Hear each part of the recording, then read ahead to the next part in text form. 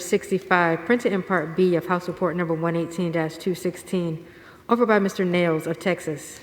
Pursuant to House Resolution 723, the gentleman from Texas, Mr. Nehls, and a member opposed each will control 5 minutes. The chair now recognizes the gentleman from Texas. Mr. Chair, my amendment 107 reduces the salary of Jonathan Davidson, the Chief of Staff for the Department of Homeland Security, to $1.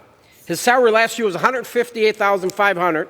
With his new role, it'll be at least $180,000 for this guy, and he does nothing. In his short stint in his role, he's completely failed in upholding his mission. Complete dereliction of duty under his leadership at DHS with the invasion that is currently happening at our southern border. Just in his first month on the job, there were over 232,000 enforcement encounters at the southwest border. This is a 36.5% increase in traffic. 101,000 single individuals, with the majority of these persons being military-aged males, were encountered at our border just in the month of August. And this isn't effective leadership, and we need to hold DHS officials accountable. Salary in 2022, $183,100. This guy needs to be unemployed. We have written DHS 15 times. 15 times, this Congress, to conduct oversight over the border.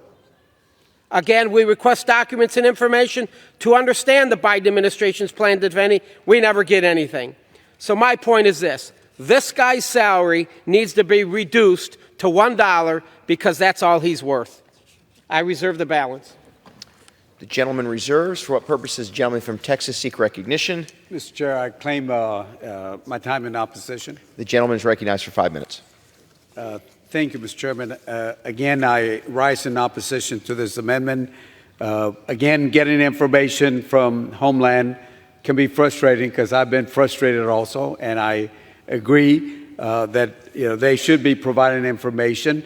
Sometimes we disagree with the policy on how to secure the border.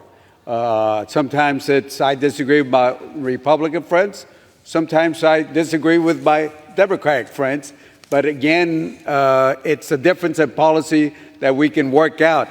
But again, to go after a specific person by name is against the Constitution, the Bill of Attainder clause, where you should have due process before this step is taken.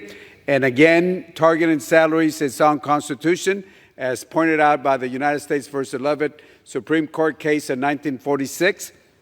Again, there's another way to address this, and be happy to sit down with my good friend from Texas to address this. But at this time, I will respectfully oppose this amendment, and I'll yield back the balance of my time. The gentleman yields. The Mr. Chair, I yield. The gentleman yields. The question is on the amendment offered by the gentleman from Texas. Those in favor say aye. Those opposed say no. In the opinion of the chair, the ayes have it.